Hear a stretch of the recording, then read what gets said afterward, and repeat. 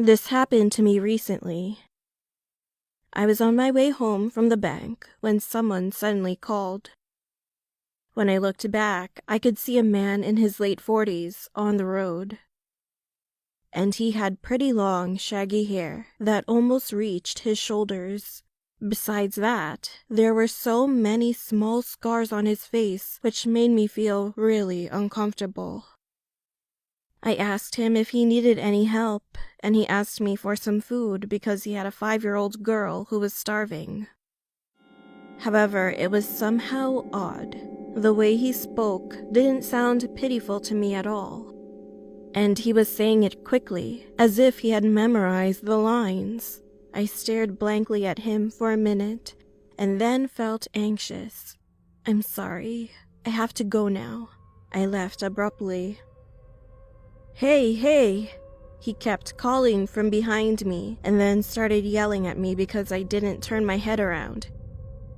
I was so scared that I eventually passed my house and ran straight into another alleyway. Because it was especially hot that day, my town was pretty quiet, and that only made things scarier. Now that I think about it, this situation was really creepy.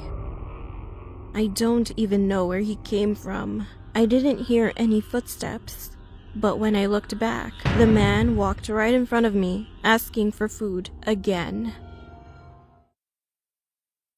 This incident happened in my neighborhood maybe 10 years ago. There was a doctor in my town. He was married, but this guy had an affair with a minor he met online. Anyway, he went into the motel with a girl one day, like he apparently usually did. But the girl who was in the bathroom washing up didn't come out of the bathroom.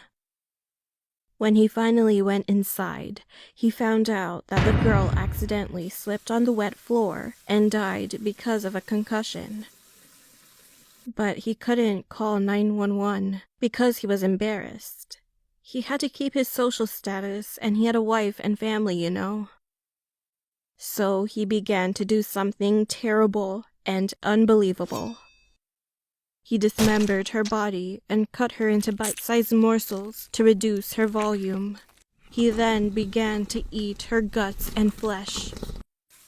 He cleaned up the bathroom and left the motel with the rest of the corpse stuffed inside his suitcase. He knew he had committed a serious crime. After he left, 2 male staff members started a conversation